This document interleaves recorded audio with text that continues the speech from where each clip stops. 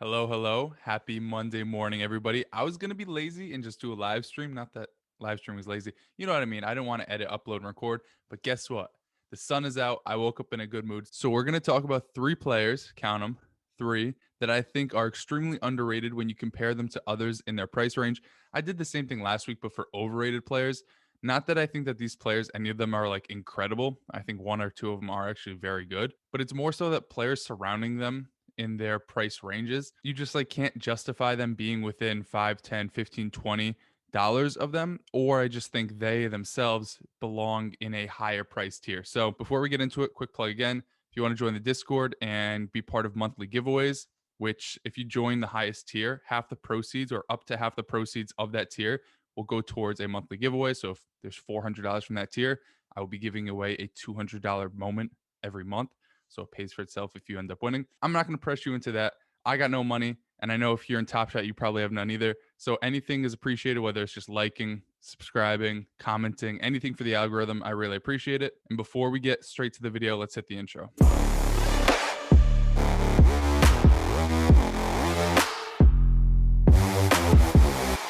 So first up, I'm just going to sort by lowest ask ascending, looking at comments series ones, because you can see all these players, Davis Bertans, PJ Tucker, Tyus Jones, Jetty Osman, Bismack. None of these guys, like Chetty Osman's had a few good games here or there. Bizak Biyombo's been on a million teams. Malcolm Brogdon is good, but it isn't his first moment, and I have no interest in it. Thaddeus Young has had a decent career, but none of these guys really have any pull when it comes to fan bases or just any impact on the league. We got one Celtic blunder right here. Until you get to like Rudy Gay, he's all right. I mean, he's never been an all-star. He was decent in Memphis. He was decent in Toronto, stuff like that. But what I want to look at is this moment right here. Should have opened another window because now I'm going to have to scroll down again. Lou Williams, Uncle Lou, six man like Lou Williams, chops up whoever the fuck, gets to the bucket. It's his only moment in Top Shot. Is that? Oh, he chopped up Julius Randle. MSG, I think every highlight and every moment on this platform is against the Knicks because despite them having like the best defense in the league this year, Top Shot shows them no respect. But for $65, Lou Williams is a cultural icon. He's got like a strip club named after him. He's got his own wings at that strip club.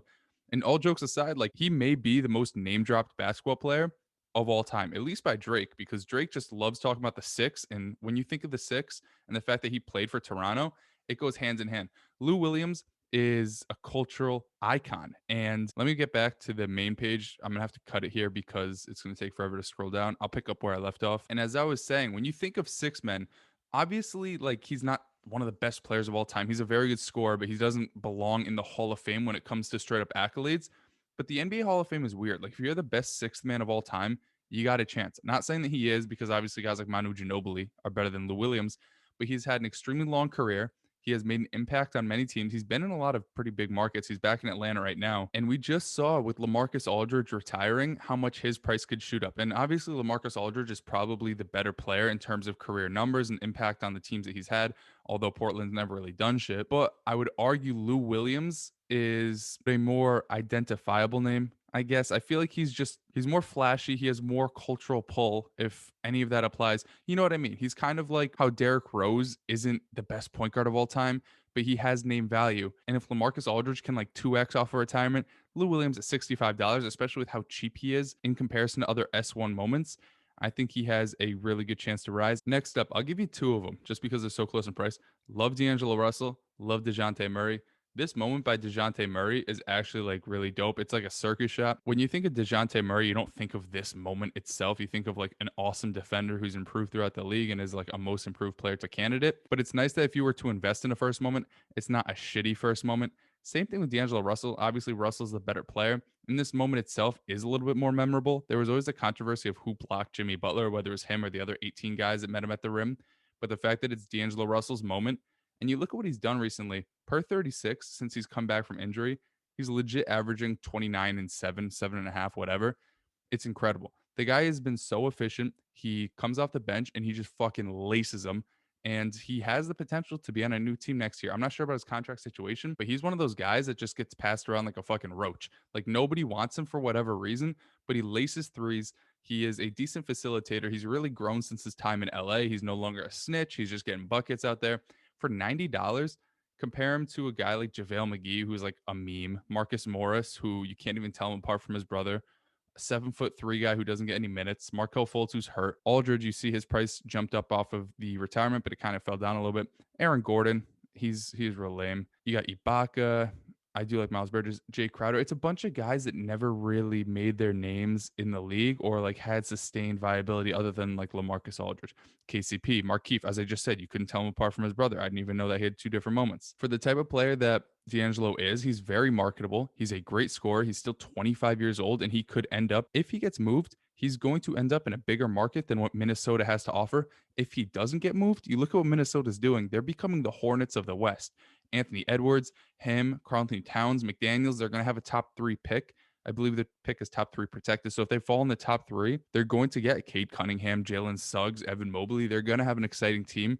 And just bringing eyes to that squad is going to help out his value on Top Shot. The player I want to talk about, though, specifically is Julius Randle. Now, compared to other people in his range, I don't think he's infinitely better than a Karl-Anthony Towns. I think Karl-Anthony Towns is the better player. I also don't think that he's infinitely better than Bradley Beal. I think Bradley Beal might be the better player. That's very close. But the difference between Julius Randle and these two is the Timberwolves are not going to make the playoffs. Washington Wizards are fringy. They're probably going to be in that play-in tournament. Whereas right now, it looks like the Knicks are going to make the playoffs.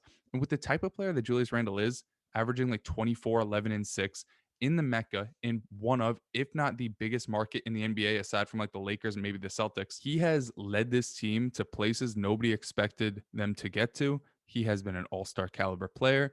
He has been knocking down the 3 like nobody thought he would. He has improved greatly. The team's going to make the playoffs. His moments are just going to be highlighted in the playoffs. Knicks fans are going to want to invest. The fact that the East, outside the top 3, anybody can be beaten. So if they end up as like the 5 seed, and they play the 4 seed and they win a first round series, if they sweep or if it goes to a game 7 and Julius Randle hits a game winner, you better believe his price is going to rise. And even if you want to compare him to guys that are a little bit more expensive, I get the scarcity argument, but like nobody wants Chris Middleton. Chris Middleton may be the quietest bucket in the league, like 21 points a game for the past 3-4 years.